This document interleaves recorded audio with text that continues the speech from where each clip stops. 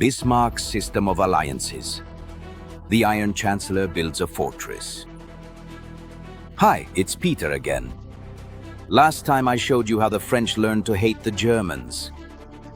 Now I'll tell you how the smartest politician of the 19th century, Otto von Bismarck, built a system designed to keep France isolated for 40 years. Bismarck knew that France would want revenge. So he thought to himself, I have to surround her with allies so that she remains alone. And he began to weave a diplomatic web like a spider. First step, Dreikaiserbund, the League of the Three Emperors. In 1873, he united Germany, Austria, Hungary, and Russia. Three conservative monarchies against the French Republic. I used to call it the Holy Alliance against revolution. But there was a problem. Austria and Russia hated each other because of the Balkans.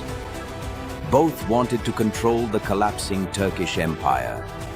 Bismarck constantly had to balance between them like a tightrope walker.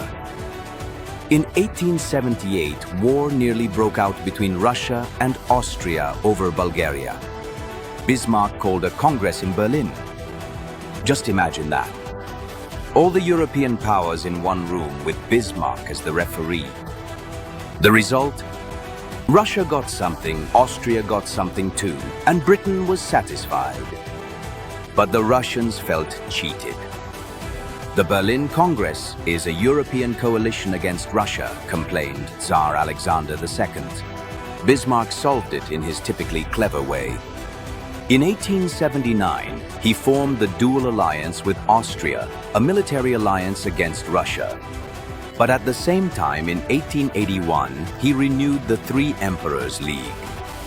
I thought to myself, this man can be an ally to both enemies at once. In 1882, Italy joined the Dual Alliance as well. Thus, the Triple Alliance of Germany, Austria, Hungary, and Italy was formed. France was truly surrounded on all sides, but Bismarck still wasn't finished. He secretly concluded a reinsurance treaty with Russia. If one country attacks the other will remain neutral. Just imagine that. Germany was simultaneously in an alliance with Austria against Russia and in an alliance with Russia against everyone else. My commander once told me, Peter, Bismarck is juggling 5 balls at once and not dropping a single one. France was desperately trying to find allies, but who would dare? The Germans controlled Central Europe. The Russians were caught in Bismarck's web and the British kept their distance. The French Foreign Minister Hanotaux said, "We are like an island in the middle of a hostile continent." And he was right. Bismarck's system worked perfectly, but I already sensed that it wouldn't last forever. The system was too complicated, dependent on a single man. What will happen when Bismarck is gone? Bismarck built the most complex diplomatic system in European history. France was isolated, Germany was safe. But the whole thing depended on one genius being able to juggle the conflicting interests of all the great powers.